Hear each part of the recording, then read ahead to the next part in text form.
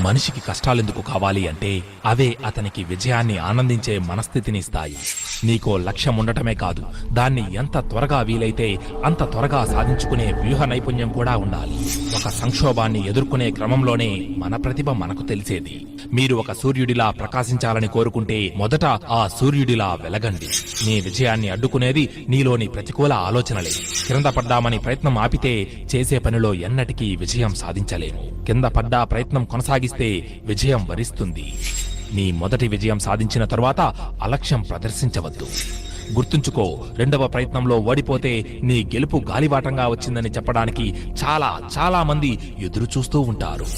విజయాన్ని చూసి మురిసిపోవద్దు. అది తొలి అడుగు మాత్రమే, గమ్యం కాదు. మీ పనిలో మీరు విజయం సాధించాలనుకుంటే మీ లక్ష్యాన్ని ఏకాభిప్రాయంగా కలిగి ఉండాలి. కష్టాలు ఎదురైనప్పుడే మనిషికి విజయం విలువ ఏంటో తెలుస్తుంది.